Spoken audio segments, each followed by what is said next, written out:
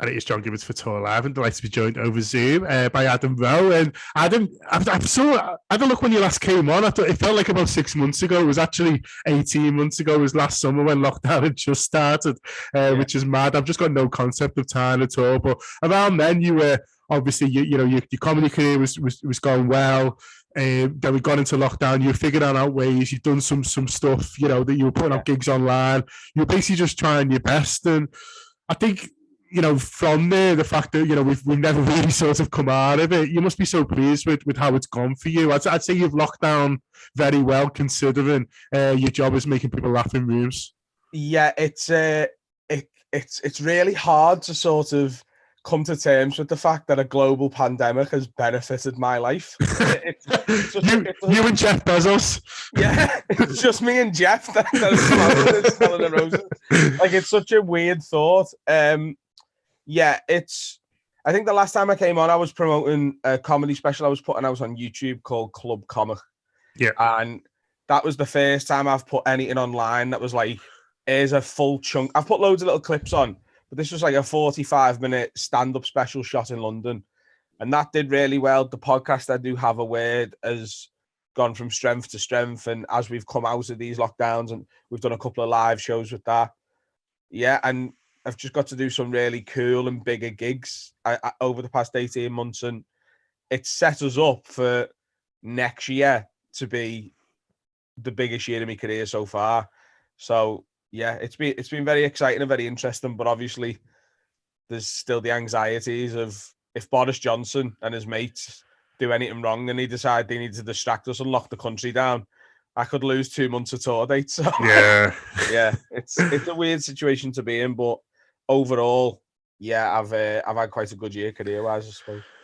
Well, let's start with the pod then. You mentioned They Have a Word. Obviously, I say it's been going for a while now, but over the last year, sort of really exploded. I'm always made up when the clips come on my timeline, when the new episodes are out, because I know it's just going to make me laugh. And I think for a lot of people, I assume it's a bit of forget about everything else, and these lads are going to make me laugh for a bit, really. And you're not the only person trying to do that, so you're obviously sort of very, very good at it and things like that, because there's lots and lots of pods out there trying to do the same thing. But for some reason, you must get messages a lot. But basically what I'm saying really was that when I'm listening to yous and you just, spitting together, you're having a laugh, you're taking the piss out of each other a little bit, like you do just forget about everything else for that little bit. Yeah, so when we started the podcast January 2020, so it was just before the pandemic kicked off, and a lot of comedians, like if you meet with BBC producers or anything now, they're all like, oh, you need a niche, you need to be, for a podcast to take off, it needs to be a comedy one about murders, or it needs to be a comedy one about history or something. And me and Dan sat down and were like, if I can make you laugh and you can make me laugh as two heavyweight headline comedians in the UK, the people at home are going to be crying their eyes out laughing. If we're laughing at each other, people at home. So let's sod getting a niche. We don't need that. Let's just try and be the funniest podcast. Say whatever it takes to get the laugh. And yeah, that's where the format came from. And now, I'll be honest with you, we do get quite a lot of messages going, and a lot of them are really nice. And a lot of them are like, oh, you've been a welcome distraction, really appreciate it, keep it up. And it's very short like that. And then we started getting some, which were like really quite dark, not nasty, still nice, but like, I've been struggling so bad with my mental health. Basically, I've been on the brink, and just knowing that there's a Have a Word episode coming the next day has kept me going. And I'll be totally honest with you, scared the living shit out of me, because I was like, what if we miss one? Yeah, can't stop now. I'm doing this forever. Yeah. Like, it gives us such a burden of responsibility that, to be honest with you, it spun me head west. Obviously, it's phenomenal to know that if people are struggling, that a bit of light relief in our ridiculous senses of humour can provide any sort of light in the dark for them. But yeah, it was quite heavy for a period of time there where we were like, there's so many more people listening to this than we actually can comprehend. Yeah, when it's just, as I say, the two of you making each other laugh in a room. In a cupboard in Runcorn. It's impossible to wrap your head around, and you know the exact same thing from the Anfield Wrap. Yeah. Got thousands and thousands and thousands of listeners, but when you boil down to it, it's me and you sat on Zoom now, or it's you and the other lads from the Wrap, sat in the boozer after the pub or after the match. Like we're in a little cupboard that we've turned into a studio in Runcorn, and there's 4 of us in the room. And when you record, that's all that's going on. Yeah. Consider there's 100,000 people at home who are waiting on your every word. It's a mad thing to get your head around. Like. It is, and it feels like you've really built a community as well. And there's a lot of podcasts say that, but I feel like with yours, you know, it's actually sort of one of the closest things you've seen to ours, really, where it's the people who listen, they don't just like, oh, I'll listen to that every now and again, you know what I mean? They proper feel part of it, really. I know you passed 8,000 Patreon this month, which is like a phenomenal effort, sort of well into that, but it just shows that people don't, it's not just something they listen to, it's something they feel part of, really, and almost sort of celebrating in the success of it, like they're part of it as well. Yeah, I think especially the Patreons, who obviously they're paying for bonus content. Essentially, they're getting all the stuff we put behind the paywall. They really, really, really feel like they're part of the team, and we're very conscious of that. And like we want them to feel that way. Do you know what I mean? But like I've seen like there's a couple of girls we follow who get a bit of shit online, and then literally the entire like community that we've built will literally get behind them and get rid of these trolls for them. And like there was a lad the other day who deleted his account because he called one of our listeners fat or something, and literally about 200 other Patreons are like, right, let's go after him. And it's become this little, it's almost like an antibody. Like you can't you attack that cell, get rid of it. Like it's really, because they've all got WhatsApp groups. Yeah, the listeners have got WhatsApp groups and like Facebook groups that we haven't set up, and they're all just talking and helping each other and doing whatever. So yeah, community is definitely the right word, and they definitely sort of feel like I've had messages about, like, obviously you mentioned before, we'll talk about Live at the Apollo. I've had messages from people who are podcast listeners going, I genuinely felt like proud of you. Like I've listened to you for over a year on the podcast, and I got a sense of pride watching you. I wasn't even laughing. I was just smiling the entire time, which I don't think is the compliment they they never come to one of my gigs. Just a room full of people smiling at me for an hour. Community is the right word, and a lot of them genuinely feel like family. Like they feel like they're part of our family. Do you know what I mean? Yeah. Again, it's a weird dynamic for us because, again, when you boiled it down, we're sat in a cupboard in Runcorn and we're not listening. What's quite strange is if I'm in town with me missus, who they all know her name because I've mentioned it on the podcast, someone will make a beeline. I'll be walking down like Church Street or Lord Street in town, and I can see it from 100 yards away. I know it's coming. Someone will make a beeline for me, and they'll come over and go, oh, lad, love the pot. And then they'll address me missus by name. And it freaks her out. She's another step removed from it. I don't like, people talk to me like they know me who listen to the podcast, because in a way they do. They know me better than my dad does. The things I've said on that podcast, the details of my life that I've revealed, like they've got a proper inside track on who I am. But we don't know them. We're not listening to them for 4 hours a week. And it gives every conversation and meeting with a random new guy such a strange power dynamic. Because like this guy knows everything I've ever said online. I've forgotten it myself, and I don't even know this guy's name. But they'll shout you by your first name from across the street. It's very, very odd getting used to it, and especially because I think a lot of podcasts who develop that relationship with the listeners, it takes 4, 5, 6 years, and it's a slow build up. Have a word sort of been an explosion over the period of 18 months. Yeah. No, absolutely, absolutely. No, I recognize a lot of that. It's funny when you say about the community and them doing stuff on their own. Like we started doing like these drinks for subscribers where we'd arrange it. Everyone come meet here and have a pint and all this. Now they just do it on their own and don't even invite us. It's like, oh, got together on the pint. Oh yeah, no. So don't worry about me. Yeah, I was busy anyway. Do you know what I mean? It's like you just swerved us now and all just hang out together. But no, it's fair enough. Okay, you mentioned Live at the Apollo. I want to talk about that because I know it was a big deal for you, mate. I saw you tweeting that. It's a show you watched. It's a show you thought one day I want to be on that stage, and it happened for you. And the reaction's been brilliant. You must be made up. I'm delighted with it, to be honest with you. So I was getting to a point where I was like, this isn't going to happen, because, like, full disclosure, I was sort of quietly informed that I was going to do Live at the Apollo in 2020, right? So the people who make it, they'd been to see me a few times, and they'd said, we want Adam. That was in 2019. They were like, we want Adam, but not until 2020. That's when we're going to put him on. So I was like, right, sort of not contracted, can't tell anyone, but I know that's coming. I've been sort of given the little quiet whisper. Gets to 2020, pandemic cancels everything. I was like, right, that's that gone. And then there was conversations in the comedy community like, is this show even ever going to come back? Then they say it's coming back. I get a phone call from the agent going, Live at the Apollo's coming back and you are in the running, but you need to be seen in London by the guy who runs it next week. Can you be down in London next week? And I was like, absolutely sound. So that was the end of July. I was meant to be going down to London to be seen.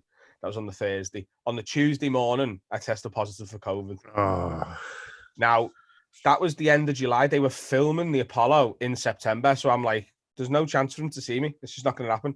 Ring the agent, and he's like, well, look, we'll try and get it for in 11 days when your isolation's up. And we got a date booked in for like 12 days after I'd tested positive. So I was like, right, okay, I'll go down to London for that. And then just very, very luckily, I was very fortunate. I got a phone call while I was still sick saying he doesn't need to see you. He's seen enough a couple of years ago and you're going to be doing it. But he's still going to come and see you in London and he wants you to do the set you're going to do. Yeah, and then we got to do it. Do you know what I found quite weird, right? I'm a big sort of bucket list guy. I like ticking things off my list. I like saying, oh, I got to do that and I got to do this. And it's just a big thing for me. And I like taking the people in my life with me. Yeah. So Live at the Apollo has been such a dream for me since I was like literally a kid. I've always wanted to do comedy, right? So I took me missus, me dad, me best mate, another really close mate of mine and his missus, me cousin and her fella, and there was like a load of comedians who were coming because they knew I was on, right? So there's a picture of us on Instagram. There's like 20 of us in the bar afterwards, just getting a picture. Everyone else on the bill, I was like, oh, who have you got in? And like, no one. They all live in London as well. I was the only comic on the bill who doesn't live in London. I paid for everyone's. I basically made no money from doing Live at the Apollo. Paid for everyone's train. Paid for everyone's ale all night. I took everyone with me. It just seemed like a big bucket list thing that you want to share with like your closest people. Do you know what I mean? And yeah, I had to go on last on the record. So they record 2 episodes of Live at the Apollo on the same night with the same audience. So the first 3 actually say they all go on together, then you have a break, and then next week's episode is the 3 of us. And I was on very, very last for the whole night. And I'm quite provocative on stage. Do you know what I mean? Like I like, so my favorite thing to do on stage with comedy is to wind up both sides of the same argument. So like I'm doing a routine at the minute about like pro-vax and anti-vax people and how people on the extreme ends of both sides are idiots, because it's just funny to me to try and wind everyone up, right? And there's a routine I've done a few years ago, and I had retired it, to be honest with you. And it's the one they ended up broadcasting, which was about Victoria's Secret. Yeah, it's on social as well, isn't it? People might have seen it clipped. It's really, really good. The Victoria's Secret said they'll never have a fat or a trans model. So I was like, how can I put myself right in the middle of that argument and piss off people who are genuinely fat-phobic and transphobic, and piss off like people who are extreme, like you can't joke about anything. And I managed to do that. But I was watching everyone else on the night of the Apollo. You got to remember, I'm 6th of 6 acts. And every other act that went on was like uber right on woke, which is fine. And I'm not against that at all. Do whatever you want to do. But the audience were lapping it up. And I'm stood at the side of the stage with another guy who works in comedy. And he was like, what set are you doing? Because he knows me. I was like, I'm going to do me Doctor bit. And then I'm going to do me Victoria's Secret. He's like, they're clapping the exact opposite of your Victoria's Secret routine out there. They're clapping the antithesis of what you're about to do. And I was like, yeah, but this is a proper litmus test, isn't it? I should be able to get that. The joke should stand up. And very, very luckily it did. And it's come out really well. I was nervous as hell because I've never given a production company my set. Yeah. Go on, edit that for a BBC audience. I didn't know what they were going to take out, what they were going to leave in. But as you said, I've been very lucky, and the response to it has been great.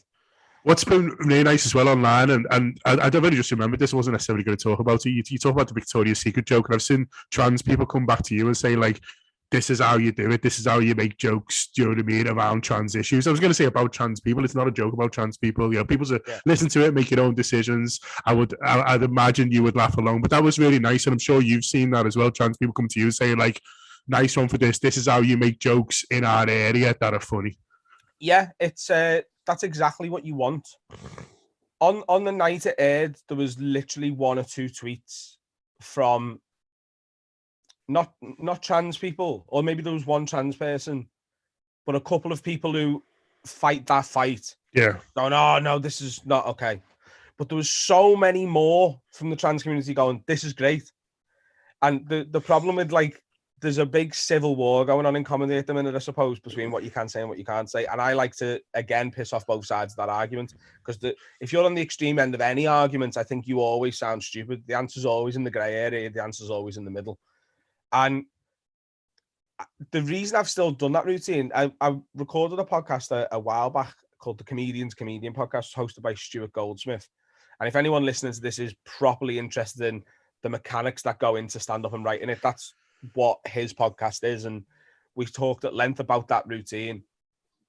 And I was like, when a trans person comes up to you after the show and you've made jokes about trans people or around their issues and goes, like, one person in Manchester said, thank you for making me feel normal. So many people are worried about upsetting us, and they don't realize we've got some of the best sense of humor in the world. And then people will counter talking about that by pointing out the one person who's complained and go, well, what about this person's feelings? It's like, well, there's going to be overly sensitive people in every demographic. Yeah. Like, there's straight white men who get offended on their own behalf because things are too, like, there's people replying to that. I put, like you say, I put that clip on socials. There's men replying, going, you can identify as whatever you like. It doesn't make it the case. You were born as this. And I was like, why do you care? You sad old man. Let people do whatever they want. It's not your body. It's not your part, is it? Shut up. People are always going to get upset. And once you realise that, and you give a lot more weight to the people your comedy is helping them make laugh, then everything's sound. Absolutely. Adam, you've got a tour next year, just to sort of finish up on that. It's quite a long one. Finishes, in the Philharmonic Hall, which is very cool. A few of the shows have sold out already, which is pretty cool, but most of them still get tickets for. So people want to come and check it out up and down the country. Where's the best place to see the tour dates? I can't possibly read them all out, mate. There's too many. But where can people get them, and where can people get tickets? Yeah, so if you go to adamrowe.co.uk/shows, the full list is there. If you do check and it says sold out at the minute, send me a message, because we are still working on adding some dates. As you say, at the minute, the last date is Friday, the 27th of May in the Philharmonic Hall, which is the night before the Champions League final. I am working on adding a second Liverpool date, because at the minute, the only tickets left are up in the gods, and I'm getting a lot of messages from people going, I don't want to sit up there. I want to be in the stalls. What I would say is the Philharmonic Hall, they're all great seats. Yeah. So, if you do want to come to that night, go and get the tickets there now. But yeah, as I say, if where you're from is sold out, like Chester, I think all 4 are sold out now, message me, because I am working on adding extra dates if and when I can. Oh man, Adam, made up to see how well you're doing. Nice one for coming on, and next time we'll try and do this in person. Absolutely, mate. Yeah. Cheers, top man. Having us, lad.